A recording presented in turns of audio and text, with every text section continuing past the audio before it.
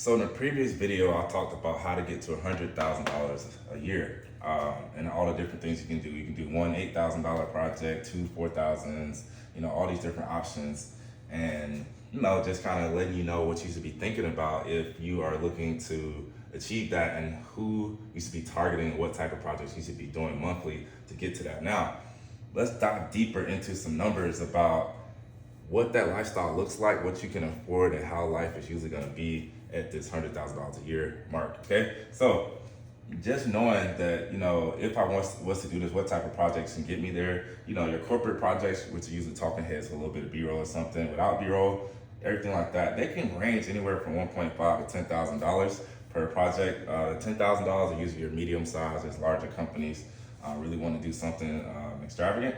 You got commercials, small product videos, smaller companies that want to do commercials. They might start at like 5,000 or something like that. Larger commercials can get up to like 20,000 plus. I've done commercials for like $70,000 and more. So even all the way up to like $250,000. So that world can get crazy. It's not easy to get there.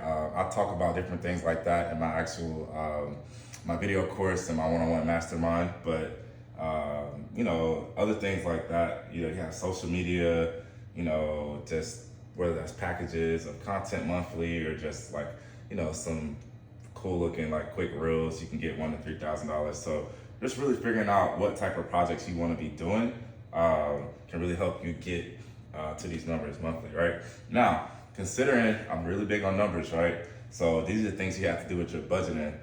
You kind of gotta live below your means. 100,000 might seem like a lot, but honestly, that is the new like middle class in today's world. Like, you are comfortably working day to day, because you got rent. If you're by yourself, you might find a place, 2-bedroom. I'm in Georgia, so we're gonna talk about that. You might see that for like $1,500 a month, something like that. It's getting pretty expensive. Your utilities, you got Wi-Fi, you got phone bills, you got all these different things. We just average that up to about 500, lighting, gas, whatever that might be. Just boost it up so you can stay safe. You got your softwares, you got website, different things like this. This can get more than this, honestly. I went really low. Payroll, we're just gonna leave that blank because you have to decide what you're gonna pay yourself or not.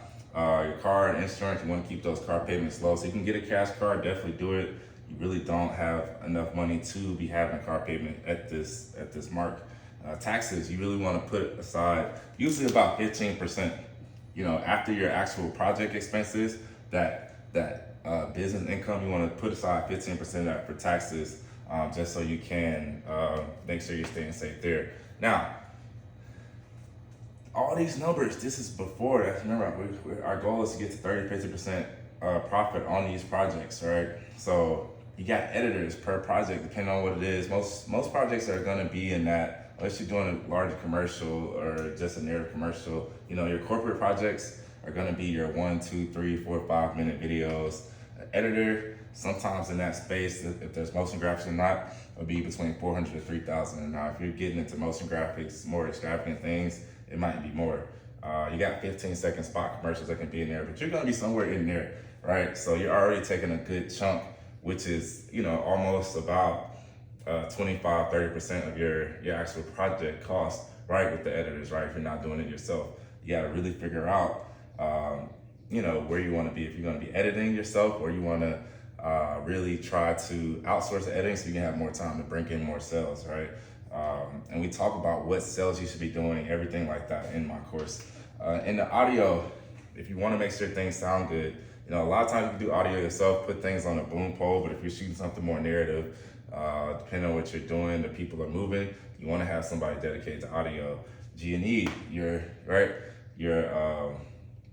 grip and electric, you might find a grip for like a half day as low as $250, all the way up to $1,500 for a whole crew of G&E. So just kind of understanding what those ranges are, what you might do, but just kind of seeing like, hey, if I am at that, like, that $8,000 a month mark, 30-50% of that can be just as much like $4,000 a month. So let's say we're making 50%, $4,000 a month. This total price before payroll is about $3,250. Okay. If I'm making, I do the math backward just because, right?